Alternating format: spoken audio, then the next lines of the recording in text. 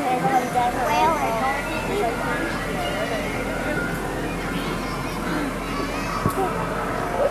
everyone and welcome to Storybook Land. My name is Lori and I'll be your hostess, and as we tour around Storybook Land, I want to ask that you keep your hands and arms inside of our boat at all times.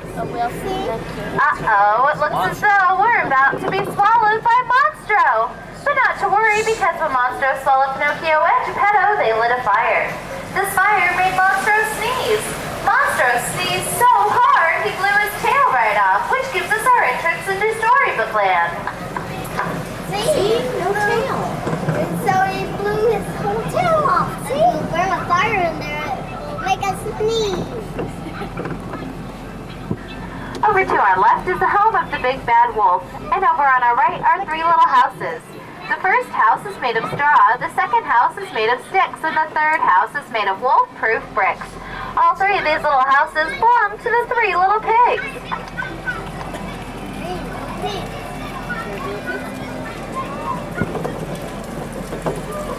Over to our left and in the corner with the thatched roof is where Alice in Wonderland lives, and down the cobblestone road is where we find the White Rabbit's Hole. Alice fell into the White Rabbit's Hole and had many adventures in Wonderland. And in the center of our canal is London Park. This is the park which became known in the story Peter Pan. This is where Peter took Wendy, John, and Michael, and with a little help from his good friend Tinkerbell and her magic pixie dust, they all managed to fly over this park on their way to Neverland. Straight ahead is Agrabah, the city of mystery and enchantment. Down in the marketplace is where Aladdin met Princess Jasmine and they fell in love. And now they are married and live back in the Sultan's palace. We saw that last night.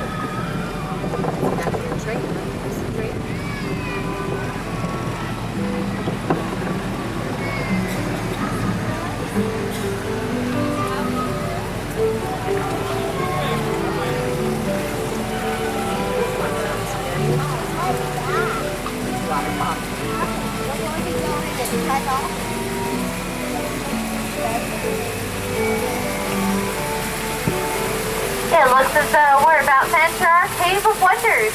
This is the very same cave in which Aladdin, Abu, and the magic carpet came in search of the magic lamp. They found it rusted, now popped the genie who granted them 3 wishes.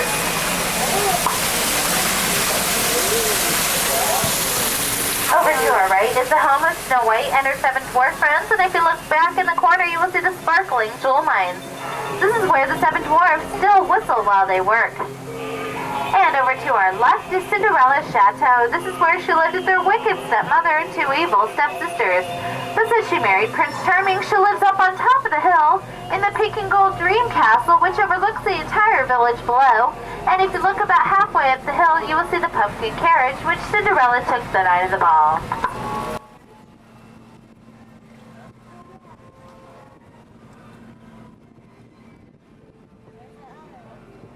Over to our left is our giant patchwork quilt. Our giant patchwork quilt is comprised of 25 different desert blooms and was featured in our story, The Lullaby Land. And in case you were wondering, all of our trees here in Storybook Land are in fact real.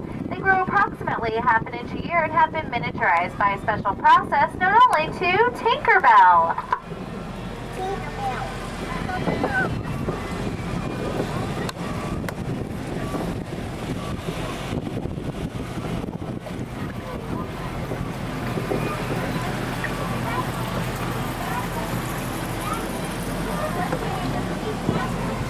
Straight ahead is Mr. Toad's Hall. From the Wind in the Willow, this is where we might find Ratty. Inside, clean one of the 9 chimneys, and down in the corner is the cottage of his good friend Mole.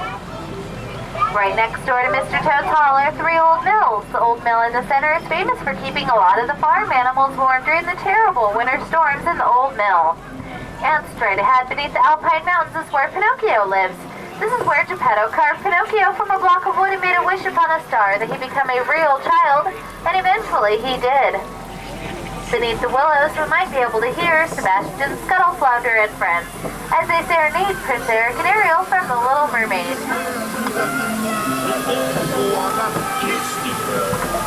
Just beyond the bridge and on our right-hand side is the home of Prince Eric and Ariel.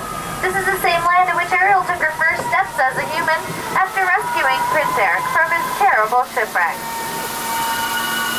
Back behind the waterfall is the home of Sebastian Flounder and, of course, King Triton. This is also where Ariel grew up. This concludes our tour around Storybook Land. I want to ask that you keep your hands and arms inside of our boat as we approach our dock, and please remain seated until the boat comes to a complete stop.